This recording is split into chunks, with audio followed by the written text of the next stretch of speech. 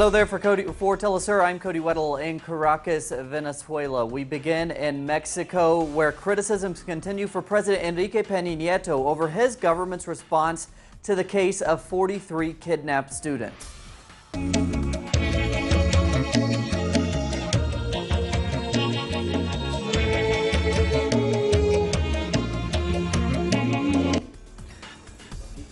President Enrique Peña Nieto has come under heavy criticism after a month of investigations which have yet to reveal the whereabouts of the 43 students.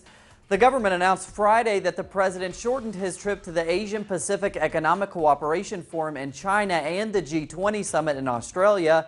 They say he cut the plan short to continue attending to the case. So far, Mexican authorities have arrested several people implicated in the crimes, including the mayor of Iguala and his wife. Politicians and activists claim that the students' case is the latest in a series of unresolved disappearances in Mexico that have gone unpunished. And Friday, the president of Uruguay, Jose Mujica, will meet with Brazilian President Dilma Rousseff in an effort to deepen Latin American integration.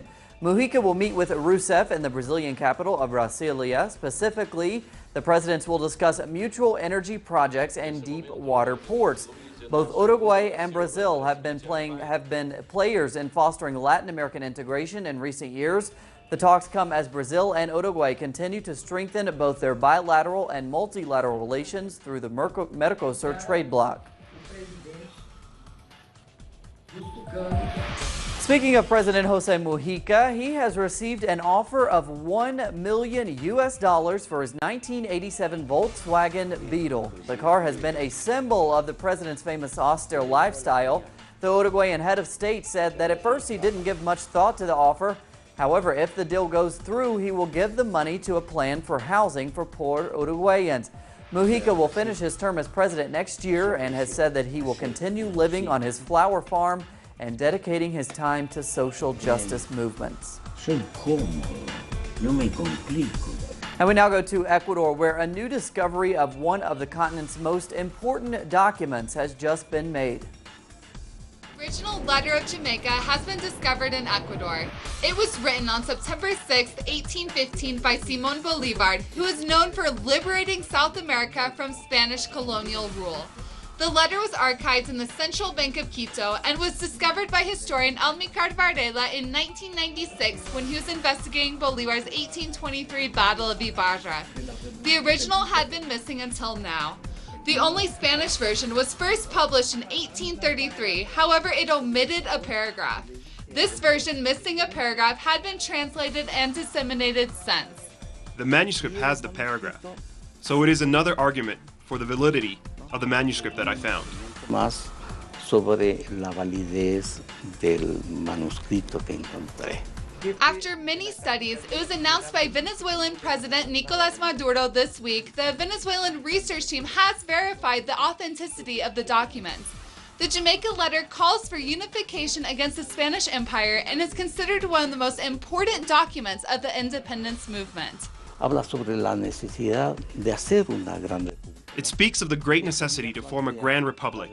It proposes the Republic of Colombia, which is later formed with Venezuela, Cundinamarca, and Quito.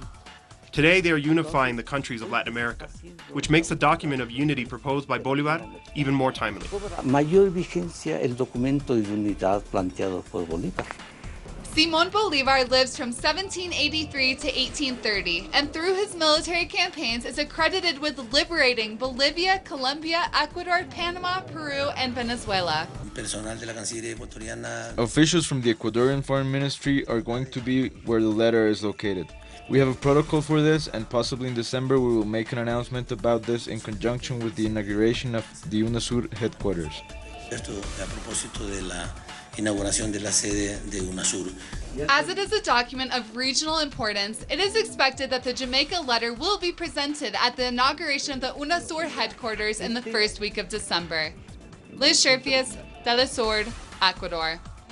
And thanks to Liz. In Peruvian news, President Ollanta Humala is meeting with his Russian counterpart Vladimir Putin for what the two leaders will discuss. Here's our correspondent Rael Mora.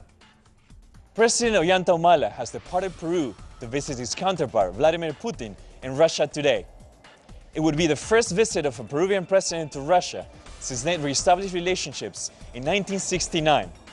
The official reasons for such meeting are the strengthening of cooperation in commerce, in the environment, and in tourism. Humala will then visit China in Beijing for the Asia-Pacific Cooperation Summit, and he will have a working meeting with Chinese President Xi Jinping. Humala will end his trip by visiting the Vatican and Pope Francisco, but no official reason has been given for such visit. With this information, we go back to you. And thanks to Raul. We go to Venezuela now, where a reception ceremony was held for more than 100 Palestinian students on Thursday. President Nicolas Maduro officially welcomed the Palestinian youth to the Caribbean country. The students are recipients of the nation's Yasser Arafat Scholarship Program and have arrived in Venezuela to study community medicine. This is just the first group of young Palestinians to participate in the higher education program. More than 1,000 others will also receive training in holistic medicine in Venezuela in the near future. In world news, we go to the West Bank, where Palestinians are demanding the right to enter the Al-Aqsa Mosque, one of Islam's holiest places. On Friday, Palestinians began throwing rocks after the Israeli forces allowed Jewish extremists into the mosque, but denied entry to the Palestinians. The controversial site is sacred for both Muslims and Jews, but Israeli law has banned Muslim prayers due to the sanctity of the site for the Jewish religion. In recent weeks, Israeli radicals have stormed the holy site with the support of Israeli forces. At least 188 Palestinians have been arrested in actions related to the ban over the past 2 weeks. And in Europe, the European Union has threatened Russia with new sanctions following Moscow's recognition of local elections in the rebel-held eastern provinces of Ukraine almost a week ago. Russia claims the elections are necessary to legitimize the rebel leaders and to continue peace talks in the region. The EU's announcement comes after the Ukrainian army renewed shelling over the city of Donetsk.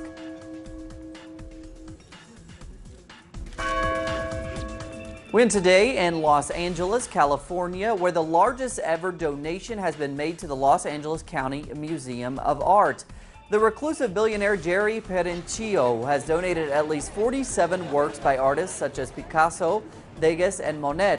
The works are valued at over $500 million. The private collection also contains works by Impressionist Paul Cézanne and a Surrealist work by René Magritte. The donated works trace a path from Impressionism to Modernism, an era of great importance to the city of Los Angeles. Plenty more on those stories and others at our website, telesurtv.net/English. For teleSUR English, I'm Cody Weddle. Hope you have a great day.